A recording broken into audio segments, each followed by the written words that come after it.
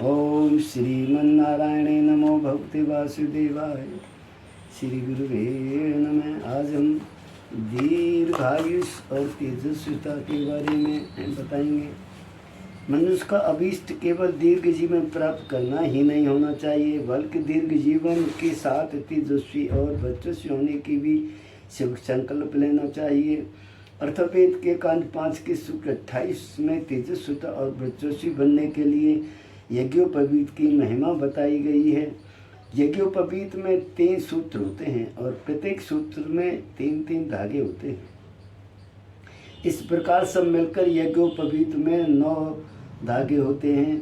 यज्ञोपवीत के 3 धागे किस प्रकार बने हैं, इसका परिचय अर्थवेद के 5:28-1 में इस प्रकार बताया गया है। हरिते 3 रजते 3 अयसे 3 अर्थात स्वर्ण के 3, चांदी के 3 और लोहे के 3। तात्पर्य यह है कि यज्ञोपवीत के प्रत्येक सूत्र के साथ क्रमशः सोने, चांदी और लोहे के सूत्र ग्रंथित होने चाहिए।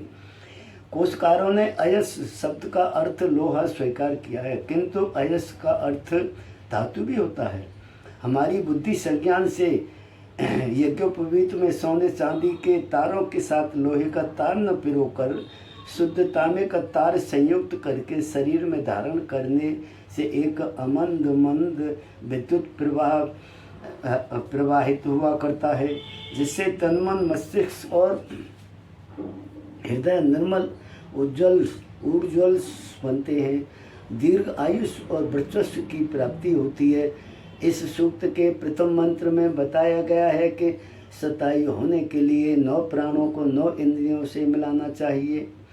नव प्राणान्नवे नव प्राणान्नवे सम्मिमीते दीर्घायुतायु सतसारदायु। इसका आशय यह है कि अपने प्राण को शरीर के सभी अवयवों में कार्य करने के योग्य बनाना चाहिए। प्राण की ऐसी कार्य योग्यता प्राणायाम से बढ़ती है।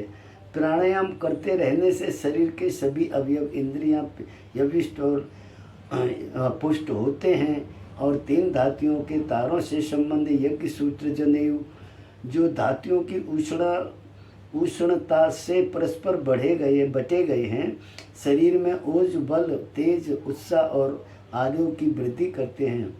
यज्ञोपवीत के 9 धागों में भूमि, अग्नि, आप है, अंतरिक्ष, चंद्रमा, दिशा, ध्रुव, सूर्य और ऋतु, ये 9 देवता वास करते हैं। यज्ञोपवीत धारण करने का तात्पर्य यह है कि उसमें आविष्ट 9 देवताओं का तेज और वीर अपने शरीर के अंदर धारण करना और यज्ञोपवीत धारण करने के कर्तव्यों का पालन करना है। तीनों लोकों और उनमें स्थित देवी शक्तियों के साथ अपना संबंध व्यक्त करने के लिए त्रिव्रत सूत्र यज्ञोपवीत धारण किया जाता है। यज्ञोपवीत में 3 प्रकार की पोषण शक्तियाँ निहित रहती हैं। अन्न की विपुलता, अनुयायी मनुष्यों की विपुलता और पशुओं की विपुलता। यज्ञोपवीत धारण करने वालों का कर्तव्य है कि वह ब्रह्मचर्य द्वारा वीर की रक्षा करे। शरीर पोषण के लिए औषधियों का रस, कंदमूल और फलों का सेवन करना चाहिए। साथ ही दूध, घी आदि हविष्यान्नों का सेवन करे। पुरुषार्थ द्वारा नैतिकता पूर्वक अर्थोपार्जन करना चाहिए। यज्ञोपवीत के 3 धागों से बाल, तरुण और वृद्ध, इन 3 अवस्थाओं का बोध होता है। जिस प्रकार समग्र यज्ञोपवीत में एक ही सूत्र 3 सूत्रों में परिणत होता है, उसी प्रकार मनुष्य के धर्माचरण का एक ही सूत्र बाल, तरुण, वृद्ध, इन 3 अवस्थाओं में आयु रूप होकर परिणत होता है।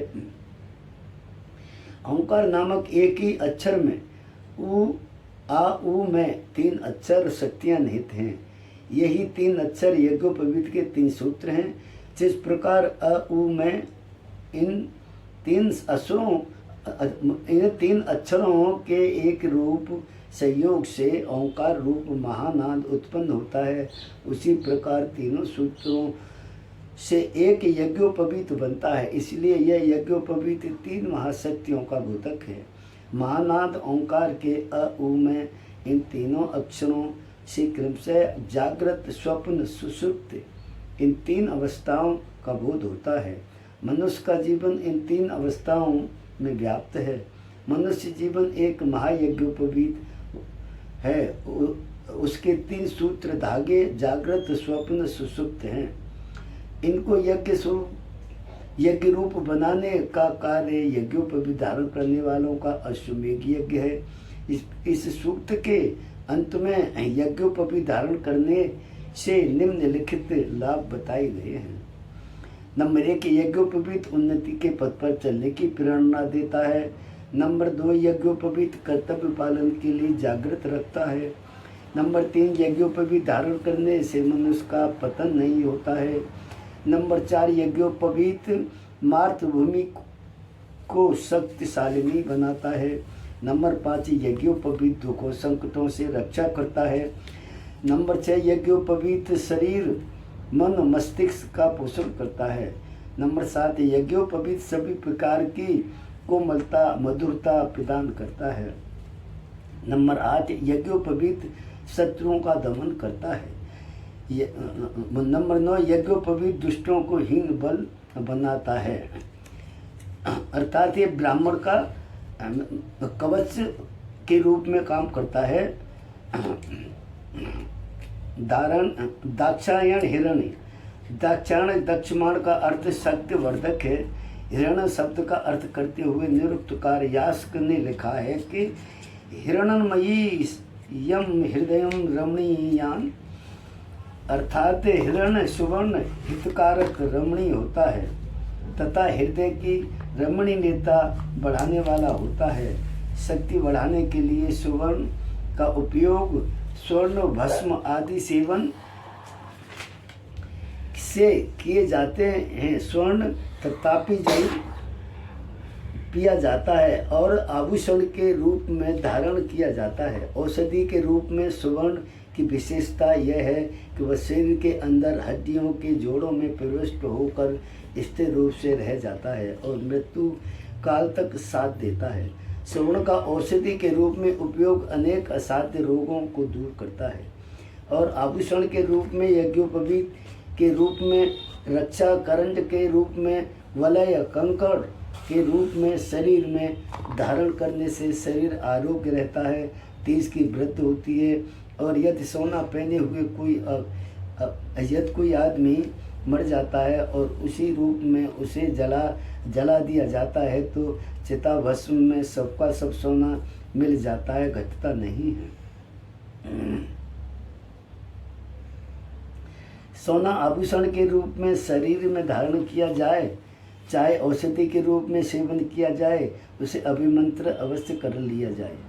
वैद्य की रूप से सेवन किया जाए तो अत्यधिक शक्तिवर्धक हो जाता है, बल और आरोग्य प्रदान करता है।